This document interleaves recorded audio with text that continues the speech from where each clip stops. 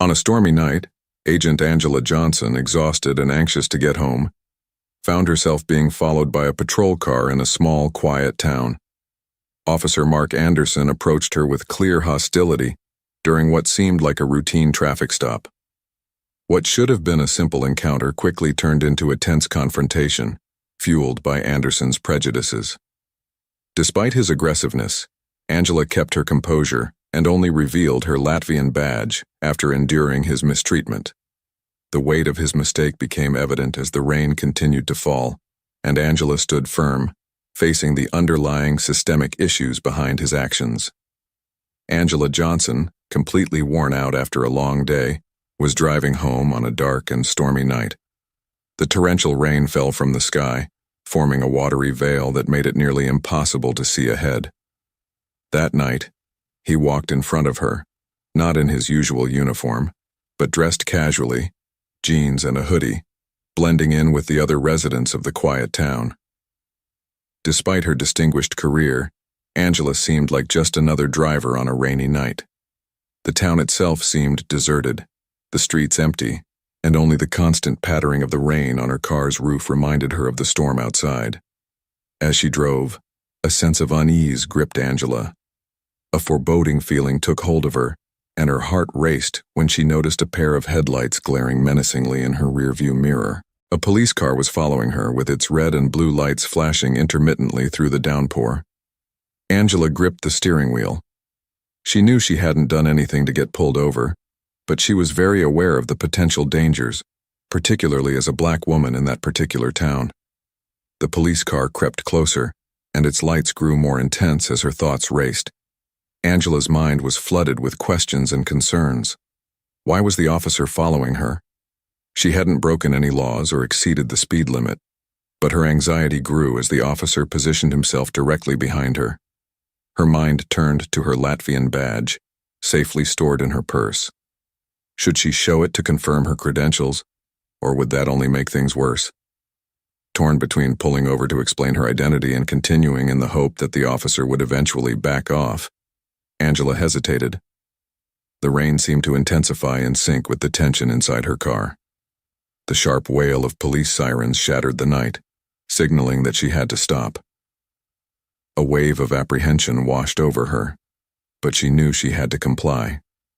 Fear gnawed at her, though she tried to suppress it with a deep breath. Despite her experience in high-stress situations, this encounter felt particularly personal, and that realization scared her more than any physical threat.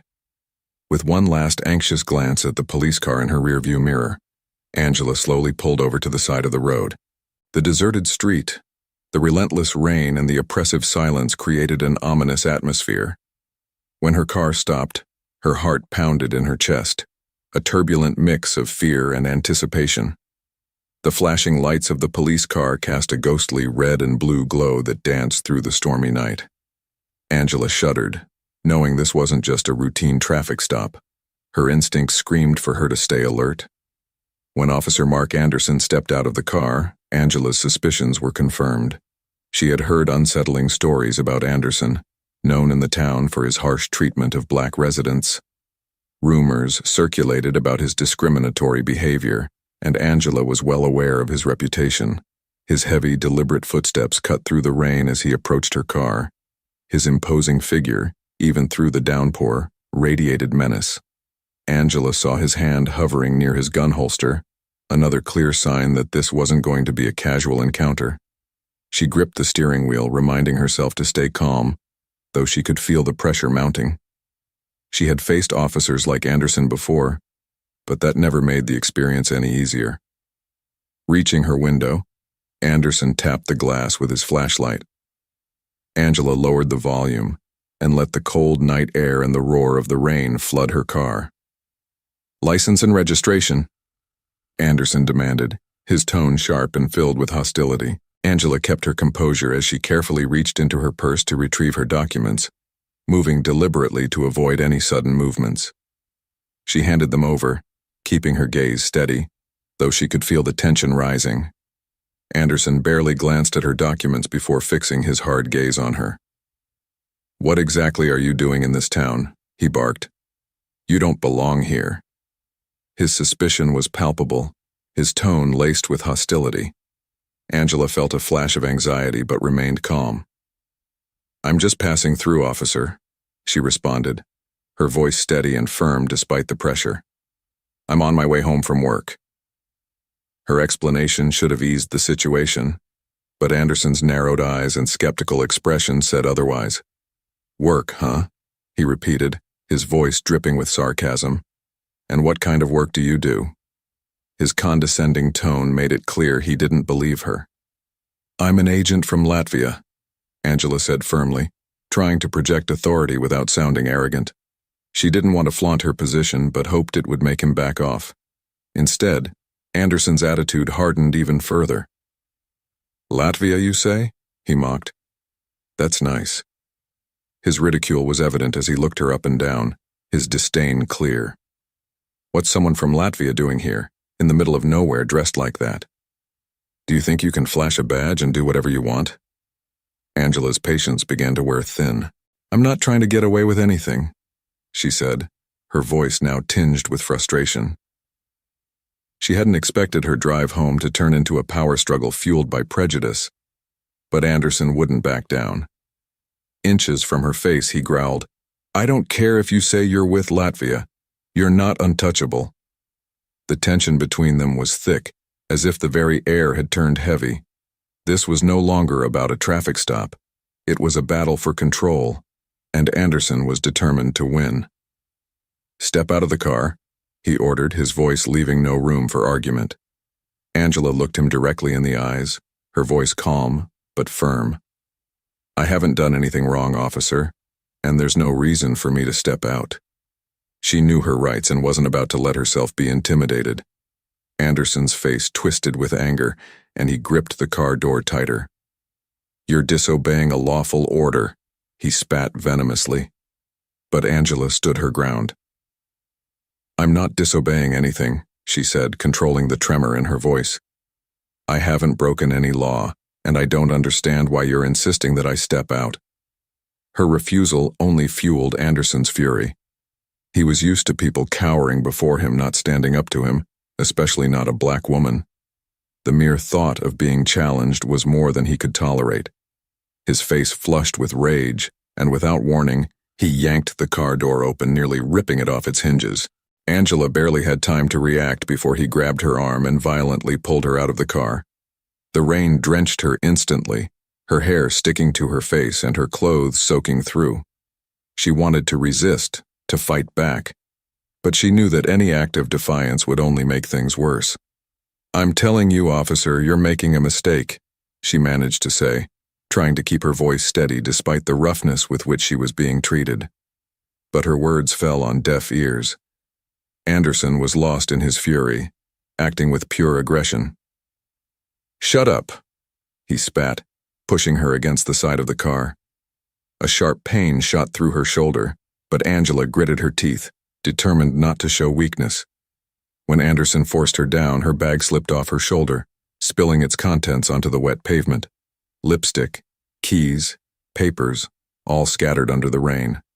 But among the items was something metallic, something that reflected the dim streetlight. It was Angela's Lavia badge, unmistakable in its authority. Anderson froze, his eyes fixed on the badge now lying in the puddle. In that moment, everything stopped. The rain, the wind, even the tension seemed to pause. Reality hit Anderson like a freight train. His grip on Angela loosened, and the rage that had driven him moments before evaporated, replaced by shock. Angela, still on the ground, said nothing. She simply watched as the truth of his actions began to sink in. Anderson staggered back, his face pale, his mouth moving but no words coming out. The power dynamic had completely shifted. Angela slowly stood up, her eyes never leaving him. The storm between them had passed, but the damage was already done, leaving behind a void filled with fear. Angela did not respond immediately. Henderson calmly bent down to pick up her badge from the ground, wiping it off with his soaked sweatshirt. He lifted it, seeing her gaze fixed on him with unwavering coldness. The weight of her stare confirmed everything. Her voice, cutting through the night like a razor, wavered. Henderson's face transformed into a mix of terror, regret, and growing horror. He was beginning to understand what he had done, attacking a federal officer driven by blind prejudice. The realization hit him with full force. He knew he was in serious trouble, very serious trouble. The rain kept falling, the only sound in the unsettling and charged night. As Anderson looked at the badge, its metallic surface glistened under the dim streetlights. The weight of his actions bore down on him, crushing him. The aggression that had driven him moments before faded, replaced by a suffocating fear as he realized the magnitude of his mistake. Angela remained on the ground, the rain soaking her clothes, but her eyes never left Henderson. She watched closely as his expression changed. The anger and arrogance that had hardened his features moments earlier vanished, giving way to fear and uncertainty. Henderson's initial confidence and sense of superiority evaporated, leaving a man trapped in the terrifying realization of what he had done. Angela did not rush to get up. She let the moment stretch out while Henderson's thoughts raced. His mouth opened and closed repeatedly, desperate to find the right words, but none came out. He stammered, finally taking a hesitant step back. The voice that had been so authoritative minutes before now trembled with insecurity and doubt. "I didn't realize who you were," he muttered. Angela slowly rose from the wet ground, her movements deliberate and controlled, never breaking eye contact with him. The rain dripped steadily from her hair, and her soaked clothes clung to her, but she stood tall and unshaken. Her presence now carried even more authority than before. Without saying a word, Henderson understood the gravity of his error. As he stood, Henderson's thoughts spiraled out of control. He frantically searched for a way out of the mess he had created. "I thought you were someone else," he blurted, his words tripping over each other. "You didn't show your ID. You didn't comply." "I was just doing my job," he said, but even he knew his words were hollow, crumbling under the weight of the truth. Angela's silence was more damning than any accusation she could have made. "I didn't mean to hurt you," he added weakly, almost pleading. He was desperate, trying to justify his actions, to find some way to make it seem less horrible. But when he met Angela's gaze, he knew there was no justification. He had crossed a line that could never be undone. Finally, Angela spoke. Her voice was cold, firm, each word slicing through the night like a knife. "You didn't know because you didn't care," she said, her words piercing through Henderson's flimsy defenses. "You saw what you wanted to see, a black woman who didn't belong here, and you acted without thinking, without questioning your prejudices." Henderson shuddered. The undeniable truth in her words was too powerful to ignore. He opened his mouth to speak, to try to defend himself, but nothing came out. The realization of what he had done, and to whom, was sinking deeper into his consciousness with each passing second. "I was just trying to do my job," he repeated weakly, but even to him the words sounded pathetic. Angela raised her badge, letting it be clearly seen in the dim light. "Your job is to protect and serve, not to harass and attack people because of the color of their skin," she said, her voice filled with a restrained fury that made Henderson tremble. He reached for his radio, unsure of what to do next. He felt his entire career, his entire life, slipping away from him. He had made a grave mistake, one that could cost him everything, and he knew it. The fear of the impending consequences loomed over him like a dark cloud. Angela's expression remained impenetrable as she watched Henderson's face. She understood that the power dynamic had shifted, that the tables had turned. But she also knew that this confrontation was far from over. As the rain continued to fall, Angela felt a sense of clarity and purpose take hold of her. She knew she had to handle carefully the responsibility and authority that now rested in her hands. She took a deep breath, stood fully upright, her movements deliberate and controlled, despite the torrential rain soaking her clothes. She bent down, picked up her badge from the wet pavement, and felt its weight in her hand.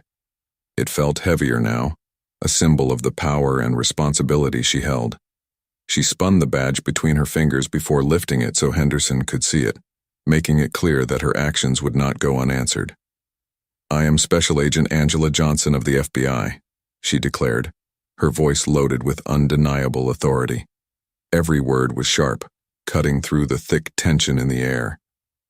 "And you just made a grave mistake, officer." Henderson's face lost all color as the reality of the situation hit him like a ton of bricks. His confident facade crumbled instantly. The image of Angela standing there with her badge gleaming in the dim light was a harsh reminder of the power she held, a power he had greatly underestimated. He had tried to dominate her, to impose his authority, but now the tables had turned so drastically that he staggered under the weight of it. A suffocating tension hung over the police station like a dark cloud, the events of the previous night having spread through the department like wildfire, leaving behind the usual morning jokes and camaraderie reduced to ashes. As Anderson crossed the station's doors with his head down and heavy steps, he could feel the weight of every gaze upon him. The familiar faces of his colleagues now turned away, engrossed in hushed conversations, avoiding eye contact. The tacit verdict was clear. They knew why he was there, and no one wanted to be the first to face the reality of what had happened. His heart pounded in his chest, the sound echoing in his ears as he was summoned to the chief's office. The air in the hallway felt thick, almost suffocating, as if the walls were closing in on him, amplifying the fear coiling in his stomach. The badge on his chest, once a symbol of pride and purpose, now felt like a lead weight, a constant reminder of the reckoning he was about to face. When he entered the office, he saw the chief sitting behind his desk, a man whose stern countenance and years of hard-earned experience were reflected in every line on his face. Today, that face was an inscrutable mask. "Sit down, Henderson," the chief said, his voice stripped of the warmth and camaraderie they once shared. It was an order, not a request. Henderson obeyed, sitting in the chair with slightly trembling hands. He knew what was coming, but that knowledge did nothing to ease the knot of anxiety tightening in his chest. The chief began the meeting in a formal tone, but there was a coldness in his voice that chilled Henderson to the bone. "We have received a formal complaint from Special Agent Angela Johnson," he said, pushing a thick file across the desk toward Henderson. "The situation is more serious than you can imagine, Mark." Henderson's heart began to race, and a feeling of dread washed over him as the chief spoke. Every word hit hard, shattering any hope Henderson might have had that the situation wasn't as bad as it seemed. The file was full of news headlines that seemed to scream in his face. Racism, abuse of power, soft-spoken people assaulted. With every page he turned, Henderson felt like he was being punched in the gut. What had started as a bad decision was now turning into a nightmare, not just for him but for the entire department and community. The chief looked at him without a trace of sympathy. "We're under intense scrutiny, and the department's reputation is at stake," he continued. "The consequences are going to be severe." The word suspended echoed in Henderson's mind, blocking out everything else. Years of dedicated service, the reputation he had worked so hard to build, were crumbling around him. He was no longer the invincible officer he used to be. When he stood to leave, the chief stopped him with one final warning. "If you come back, you'd better be a changed man." Henderson nodded silently, unable to trust his own voice to respond. He left the office as if in a trance, the gravity of his situation weighing on him. Outside the station, a crowd of reporters had already gathered, cameras flashing like an army of strobe lights as he made his way to his car. The city he had known all his life now felt strange and hostile. The faces that once greeted him with respect now avoided him, treated him with disdain, and Henderson felt his reputation crumbling like sand slipping through his fingers. He suddenly realized that he was not just facing the consequences of a bad decision, but the cumulative result of a lifetime of choices that had brought him to the edge of this precipice. When he got home, loneliness overtook him. The suspension weighed on him like a physical burden, and the silence that had once been comforting now felt oppressive. Angela's words echoed in his mind. "This is not just about losing your job. It's about changing the way people like you think and act." Henderson understood that he couldn't ignore this reality. If he did, he would be doomed to repeat the same mistakes, perpetuating a cycle of pain and regret. But change was terrifying. It required him to acknowledge deeply ingrained errors that attacked the core of his beliefs about himself and his role in the world. Accepting this change meant embarking on a difficult journey of self-improvement, a path filled with discomfort and the constant challenge of becoming someone more aligned with the principles of justice and equality. Despite the fear and guilt, Henderson found a small spark of hope, a fragile belief that change was possible, that he could learn from this experience and emerge a better man, a better officer. Though he knew redemption would not be easy, he clung to the hope that it could be achieved with effort and courage. Meanwhile, Angela continued her tireless work, her resolve hardened by her encounter with Henderson. The incident reaffirmed her commitment to confronting injustice and dismantling the systems that allowed racism and abuse of power to thrive. To her, Henderson was just one piece of a much larger problem, and her focus remained on ensuring that what happened to him didn't happen to anyone else. As the days passed, Henderson found himself at a crossroads. He had to choose between the path of retreat, marked by resentment and guilt, or the arduous journey of personal reflection, growth, and possible redemption. The decision he made would define not only his future but also his legacy.